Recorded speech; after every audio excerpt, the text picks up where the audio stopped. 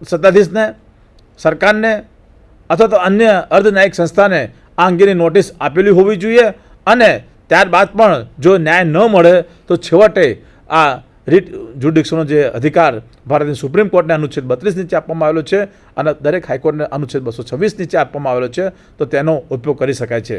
આગળ વિગતવાર મારા કલીગ મિત્ર પ્રોફેસર પ્રિન્સિપાલ આરવી મહેતા સાહેબ આપણે સમજાવશે.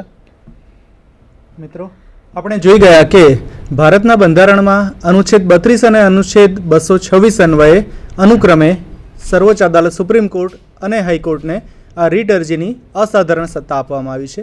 આ સિવાયની અદાલતોને સત્તા આપવામાં આવેલી નથી, કારણ કે આ સત્તા એ આપણે જોઈ ગયા કે ઇંગ્લેન્ડમાંથી આવી છે, એટલે અસાધારણ સત્તા રીટ અરજીની જે રાજાને મળતી હતી તે સત્તા આ બે જ અદાલતોને બંધારણ અન્વયે આપવામાં આવેલી છે. હવે આ 226 અને 32 નીચેની રીટ અરજીની સત્તા, હકુમત, એમાં ભલે by and large they are concurrent powers, still there is a distinction, very thin distinction between these two powers of writs of two different courts. બે અલગ અલગ અદાલતોની રીટ અરજીની સત્તામાં થોડો તફાવત છે. તો એ આપણે જોઈએ તો તમને સમજાશે કે રીટ અરજીની હાઈકોર્ટની સત્તા કમ્પેરેટિવલી પ્રમાણમાં વિશાળ, વિસ્તૃત છે, વાઇડ છે as compare to the supreme court. ભલે સર્વોચ્ચ અદાલત છે દેશની, પણ એની રીટ અરજીની સત્તા મર્યાદિત છે. સૌ પ્રથમ જોઈએ આપણે તો રીટ અરજી હાઈકોર્ટ કેવા સંજોગોમાં કરી શકે.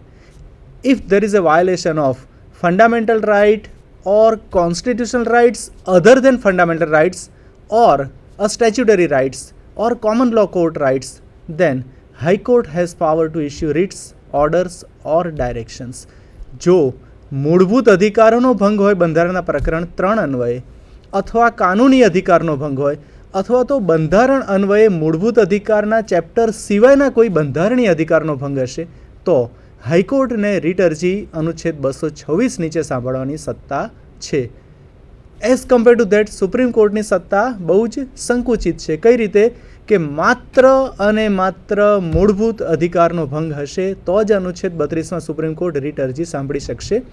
If there is a violation of fundamental rights only, then Supreme Court has power to entertain writs, orders or direction and give justice.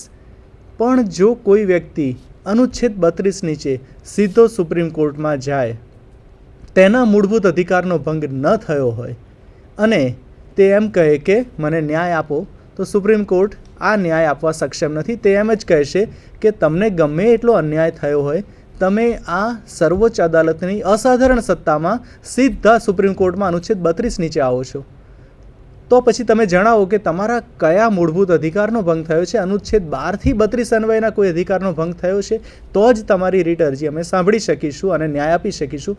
Otherwise અમારા કાન બંધ છે, આંખો બંધ છે, અથવા તો મોઢા ઉપર પણ અમે માઉથ ઇઝ ઓલ્સો શટ, મોઢું પણ બંધ કરીને અમે બેઠા છીએ. એટલે અહીં સુપ્રીમ કોર્ટની રીટ અરજી સાંભળવાની સત્તા બહુ જ મર્યાદિત. સાથે બીજી બાબત કે હાઈકોર્ટમાં શા માટે રીટ અરજી કરવી એ હિતાવહ છે. એક તો જે તે રાજ્યમાં જ વડી અદાલત હોય છે, એટલે આર્થિક ભારણ અરજદાર ઉપર પ્રમાણમાં ઓછું આવે છે સુપ્રીમ કોર્ટમાં જઈને રીટ અરજી કરવા કરતાં જે તે રાજ્યની વડી અદાલતમાં થઈ શકે. બીજી બાબત કે જો રાજ્યની વડી અદાલત આ રીટ અરજી સાંભળે અને ગુણદોષ ઉપર કાઢી નાખે અને અરજદારને એમ હોય કે ના, હું સાચો છું, ખોટી રીતે મારી રીટ અરજી કાઢી નાખી, તો તેની પાસે વધારે ફોરમ છે, ઉપલી અદાલતમાં પણ તે જઈ શકે છે. તે 2 જજની બેન્ચ પાસે લેટર્સ પેટન્ટ અપીલ પણ તે જ હાઈકોર્ટમાં કરી શકે છે. અને જો 2 જજની બેન્ચે રીટ અરજી ગુણદોષ ઉપર કાઢી નાખી હશે મેરિટ્સ ઉપર, તો તે સુપ્રીમ કોર્ટમાં અપીલ દ્વારા પણ જઈ શકશે. એટલે કે if at all writ is file directly before the high court, then litigant is having one additional forum, at least one additional forum, either before the same court by way of filing letters patent appeal, or he may approach the Supreme Court by way of filing appeal, જે supreme કોર્ટમાં available નથી. એકવાર સીધા supreme કોર્ટમાં તમે રીટ અરજી દ્વારા અનુચ્છેદ 32માં જાઓ, ઝડપી ન્યાય મળી શકે. રીટ અરજીમાં મૂળભૂત અધિકારનો ભંગ હોય તો સુપ્રીમ કોર્ટ એમ નહીં કહી શકે કે શા માટે સીધા આ રાજ્યની દેશની સર્વોચ્ચ અદાલત છે, તમે સીધા અહીંયા આવ્યા. આવો પ્રશ્ન સુપ્રીમ કોર્ટ નહીં પૂછી શકે, પણ મૂળભૂત અધિકારોના ભંગ બદલ તે યોગ્ય દાદ આપવા બંધાયેલી છે. પરંતુ જો સુપ્રીમ કોર્ટે આ રીટ અરજી કાઢી નાખી ગુણદોષ ઉપર, તો એની ઉપર અરજદારને કોઈ ઉપાય મળતો નથી. સર્વોચ્ચ અદાલત છે તેનો નિર્ણય આખરી છે, અને એટલે જ યુએસએની સુપ્રીમ કોર્ટના એક ન્યાયાધીશે કહ્યું છે કે we are infallible because we are final. We are not final because we are infallible. We are infallible. તમે અમને પ્રશ્ન નહીં પૂછી શકો શા માટે તમે કાઢી નાખ્યું, કારણ કે દેશની સર્વોચ્ચ અદાલત આખરી અદાલત છે. Litigation has to end somewhere at some stage. તો સુપ્રીમ કોર્ટે એકવાર જો કહી દીધું આવું અને રીટ કાઢી નાખી, તો પછી એની આગળ બીજા ઉપાય નથી. એ રીતે પણ એક તફાવત આ બંને વચ્ચેનો ગણી શકીએ આપણે. ત્યાર પછીનો તફાવત છે it is pertaining to territorial jurisdiction. હકુમતની દ્રષ્ટિએ જે તફાવત છે, કોઈ પણ રાજ્યની વડી અદાલત હાઈકોર્ટ એની રીટ અરજી ક્યાં સુધી જઈ શકે કે જો કોઝ ઓફ એક્શન એટલે કે રીટ અરજીનું કારણ જે તે રાજ્યમાં જ બન્યું હોય તો જ રીટ અરજી રાજ્યની વડી અદાલત ઇસ્યુ કરી શકે છે.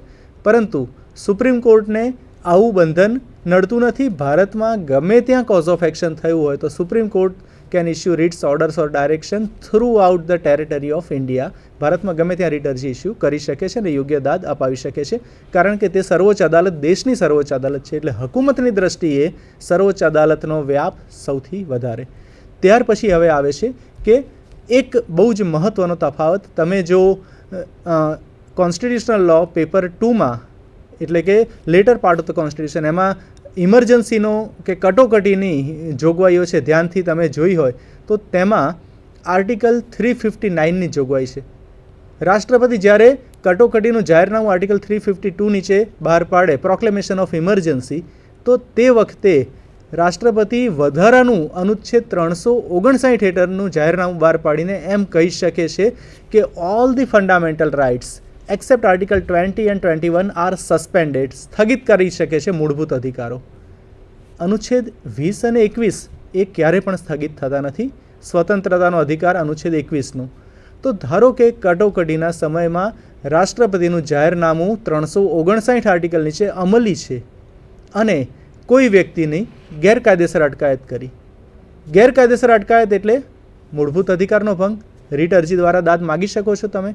વ્યક્તિ સીધો સુપ્રીમ કોર્ટમાં જાય કે અનુચ્છેદ 21નો મારો અધિકાર ભંગ થયો છે, કટોકટી હજી અમલમાં છે પણ આર્ટિકલ 20 અને 21 ઉપર તો પ્રતિબંધ નથી, ત્યારે સુપ્રીમ કોર્ટ તેને દાદ નહીં આપી શકે. સુપ્રીમ કોર્ટ એમ કહેશે કે તમારા અનુચ્છેદ 20 અને 21ના અધિકારો ઉપર પ્રતિબંધ નથી કટોકટી વખતે, 359ના ઇમરજન્સી વખતે, પરંતુ અમારી એટલે કે સુપ્રીમ કોર્ટની અનુચ્છેદ 32 નીચેની રીટ અરજી સાંભળવાની સત્તા છે તે રાષ્ટ્રપતિના આ જાહેરનામાથી સ્થગિત થાય છે. માટે અમે અનુચ્છેદ 32 અન્વયે રીટ અરજી આવી હશે તેમાં તમને સાંભળી શકીશું નહીં. તો આ ઇમરજન્સીનું જાહેરનામું 359નું હોય ત્યારે સુપ્રીમ કોર્ટની રીટ અરજી સાંભળવાની સત્તા એ સ્થગિત થઈ જાય છે. સુપ્રીમ કોર્ટ દાદ નથી આપી શકતી. પરંતુ હાઈકોર્ટની અનુચ્છેદ 226 નીચેની રીટ અરજીની સત્તા ત્યારે પણ અમલમાં રહે છે. એટલે જો વ્યક્તિ કટોકટીમાં અનુચ્છેદ 359ના જાહેરનામાના હયાતીમાં અમલમાં હાઈકોર્ટમાં રીટ અરજી કરશે તો હાઈકોર્ટ સાંભળી શકશે. એટલે આ મુખ્ય મૂળભૂત તફાવતો જે છે રીટ અરજીના અનુચ્છેદ 32 નીચે સર્વોચ્ચ અદાલત અને અનુચ્છેદ 226 નીચે હાઈકોર્ટના છે. હવે મિત્રો એક પછી એક આપણે રીટ અરજી એ થોડી ડિટેલમાં વિગતવાર જોઈએ. હેબિયસ કોર્પસની રીટ અરજી, જેમ પાઠક સાહેબે કહ્યું તેમ કે હેબિયસ કોર્પસ, આ બધા રીટ અરજીના શબ્દો છે તે લેટિન શબ્દો છે. કોર્પસ મીન્સ બોડી કે શરીર. હેબિયસ કોર્પસ આ લેટિન શબ્દનો ઇંગ્લિશ ટ્રાન્સલેશન થાય છે કે પ્રેઝન્ટ ધ બોડી, કે શરીરને હાજર કરો. એટલે કે એના કરતાં આપણે થોડું જો સિમ્પ્લિફાઈડ કરીએ તો વ્યક્તિને હાજર કરો કે અટકાયતીને હાજર કરો. This writ is concerned with the liberty of the person. This writ protects Article 21 and 22 of the Constitution. વ્યક્તિની સ્વતંત્રતાનું રક્ષણ કરતી રીટ અરજી બહુ જ મહત્ત્વની રીટ અરજી કહી શકાય, કારણ કે અનુચ્છેદ 21 નીચે સ્વતંત્રતાનો અધિકાર એ બેઝિક હ્યુમન રાઇટ્સમાં આપણે મૂકી શકીએ. તો જ્યારે કોઈ વ્યક્તિની ગેરકાયદેસર રીતે તેની ઈચ્છા વિરુદ્ધ અટકાયત કરવામાં આવી હશે તો હાઈકોર્ટમાં કે સુપ્રીમ કોર્ટમાં જો આ અંગે રીટ અરજી થાય કે અટકાયત ગેરકાયદેસર છે તેમાં યોગ્ય દાદ આપવા માટે, તો હાઈકોર્ટ કે સુપ્રીમ કોર્ટ આ વ્યક્તિની સામે એટલે કે સામાવાળા જેમણે અટકાયતમાં રાખ્યાનો ગેરકાયદેસર રીતે અટકાયતમાં રાખ્યાનો આક્ષેપ છે તેમને નોટિસ કાઢીને તાત્કાલિક અસરથી બોલાવશે, જેને રૂલ નીસી કહેવામાં આવે છે. તો રૂલ નીસી કરીને તાત્કાલિક બોલાવશે કે આવતી મુદતે તમે અટકાયતી કે જેને અટકાયતમાં લીધાનો આક્ષેપ છે, ખોટી રીતે અટકાયતમાં લીધાનો આક્ષેપ છે, આરોપ છે, એ વ્યક્તિની સાથે તમે અદાલત સમક્ષ ઉપસ્થિત થાવ, અટકાયતનું કારણ બતાવો અને જો આ કારણ ગેરવ્યાજબી હશે તો અટકાયતીને તાત્કાલિક અસરથી મુક્ત કરવાનો આદેશ હાઈકોર્ટ કે સુપ્રીમ કોર્ટ આ રીટ અરજીમાં આપી શકે છે. હવે આ હેબિયસ કોર્પસની રીટ અરજીમાં કોની સામે રીટ અરજી થઈ શકે? તો સામાન્ય રીતે બીજી બધી રીટ અરજી છે તેમાં એવું છે કે સામાન્ય રીતે રાજ્યની વ્યાખ્યામાં આવતો એની સામે જ રીટ અરજી થઈ શકે, પરંતુ હેબિયસ કોર્પસની રીટ અરજી જે સ્વતંત્રતા સાથે સંકળાયેલી રીટ અરજી છે તેમાં આવો કોઈ બાધ નથી, કોઈ પ્રતિબંધ નથી.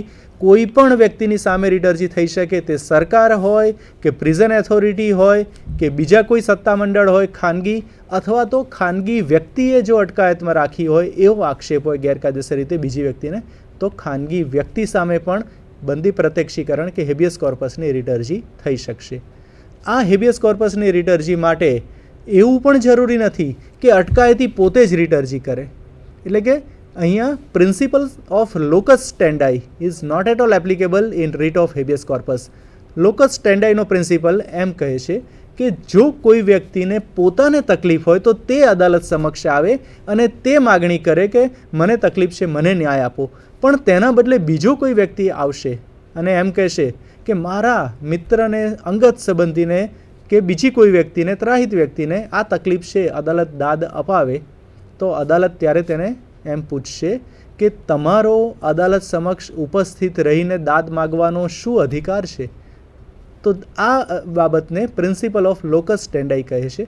પરંતુ અહીં બંદી પ્રત્યક્ષીકરણની રીટ અરજીમાં આ પ્રિન્સિપલ જરાય પ્રાધાન્ય રાખવામાં આવતો નથી અને કોઈ પણ વ્યક્તિ અટકાયતી પોતે રીટ અરજી કરે તો તેને પણ દાદ મળી શકે છે.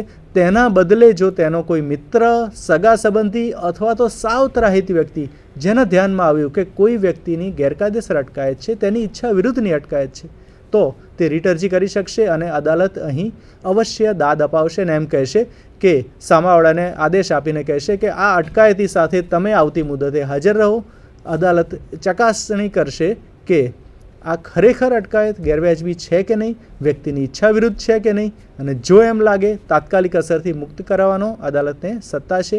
માત્ર આટલું જ નહીં, પણ યોગ્ય કિસ્સાઓમાં વળતર આપવાની પણ સત્તા હેબિયસ કોર્પસની રીટ અરજી સાથે અદાલતને છે. તો અહીં સૌથી પહેલી આ રીટ અરજી રીટ ઓફ હેબિયસ કોર્પસ અથવા ગુજરાતીમાં આપણે બંદી પ્રત્યક્ષીકરણની રીટ અરજી પણ કહી શકીએ છીએ કે જેમાં વ્યક્તિની સ્વતંત્રતાનું રક્ષણ કરવામાં આવે છે. એટલે કે કોઈ વ્યક્તિને ગેરકાયદેસર રીતે તેની ઈચ્છા વિરુદ્ધ અટકાયત કરી હશે તો તે અનુચ્છેદ 226 હેઠળ હાઈકોર્ટમાં આ રીટ અરજી દ્વારા દાદ માગશે અને જો હાઈકોર્ટને યોગ્ય લાગે તો તાત્કાલિક અસરથી સાંભળી બંને પક્ષકારોને મુક્ત કરશે, અથવા તો તે સીધો સુપ્રીમ કોર્ટમાં પણ આ રીટ અરજી દ્વારા જઈ શકશે અને અટકાયત અંગે યોગ્ય દાદ આપવા અને અટકાયતને ગેરકાયદેસર ઠરાવવા માટે વિનંતી કરશે. તમે મિત્રો જોઈ ગયા હશો કે LLB સેમિસ્ટર 2માં કે રુદુલ શાહનો કેસ, Rudul Shah versus state of Bihar, આ કેસમાં અટકાયતી એક વ્યક્તિ હતો જેને તેના કોઈ ગુના બદલ જેલની સજા બિહાર જેલમાં ભોગવવાની હતી અને સજાની મુદત પૂરી થયા પછી પણ લગભગ 15 વર્ષ સુધી તેને કોઈ પણ જાતના તેના કારણ વગર, વાંક વગર જેલમાં અટકાયતમાં રાખવામાં આવ્યો હતો. સીધી સુપ્રીમ કોર્ટમાં આ ઘટનાની જાણ થતાં રીટ અરજી કરવામાં આવી. સુપ્રીમ કોર્ટમાં તાત્કાલિક અસરથી આ રીટ અરજીમાં પ્રિઝન ઓથોરિટી બિહાર રાજ્યને અને બધાને બોલાવ્યા અને અટકાયતીને પણ સાથે હાજર રાખ્યો. એ જાણવામાં આવ્યું કે આ તો ખરેખર સાવ કારણ વગર બિનજરૂરી રીતે 15 વર્ષ સુધી વ્યક્તિને જેલમાં તેના કોઈ વાંક વગર રાખવામાં આવ્યો છે. તો રીટ અરજીમાં તાત્કાલિક અસરથી આ અટકાયતીને મુક્ત કરવામાં આવ્યો અને આ કેસ લગભગ 1983નો છે, એટલે એ વખતે 10,000 રૂપિયા વળતર આપવામાં આવ્યું એઝ એન ઇન્ટ્રીમ કમ્પેન્સેશન, વચગાળાનું વળતર, અને સાથે દાવો કરીને નુકસાન વળતર લેવાનો આ અટકાયતીનો હક અબાધિત રાખવામાં આવ્યો. તો હેબિયસ કોર્પસની રીટ અરજી આ રીતે બહુ મહત્ત્વની રીટ અરજી ગણી શકીએ આપણે મિત્રો. હવે પછી આવે છે બીજી રીટ અરજી, બહુ જ મહત્ત્વની રીટ અરજી એ ગણી શકીએ આપણે કે મેન્ડેમસ અથવા તો પરમાદેશની રીટ અરજી. મેન્ડેમસ આ પણ ફરીથી લેટિન જ શબ્દ છે. Meaning of mandamus is command. Command issued by the higher court to the lower court, tribunals or administrative officers or public authority directing him or them to perform the public duty which is of imperative nature so that the individual can enjoy his fundamental or legal right.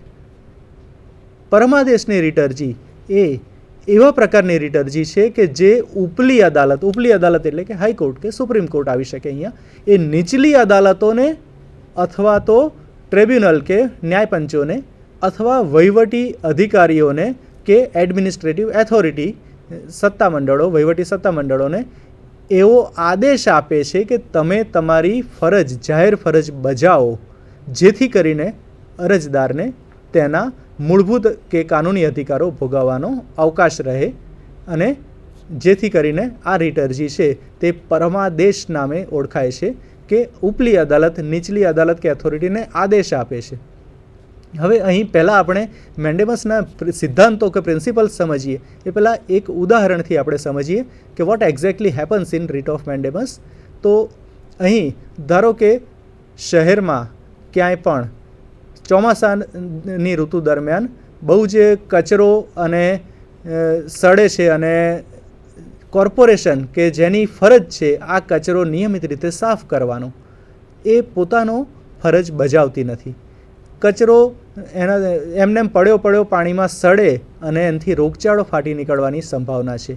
તો અહીં આસપાસના રહીશો એ કોર્પોરેશનને અરજી કરે અને કહે કે આ તમારો એક ફરજના ભાગરૂપે, જાહેર ફરજના ભાગરૂપે જે ફરજિયાતપણે તમારે બજાવવાની છે એના ભાગરૂપે તમારી આ ફરજ છે કે કચરો તાત્કાલિક રીતે દૂર કરવો.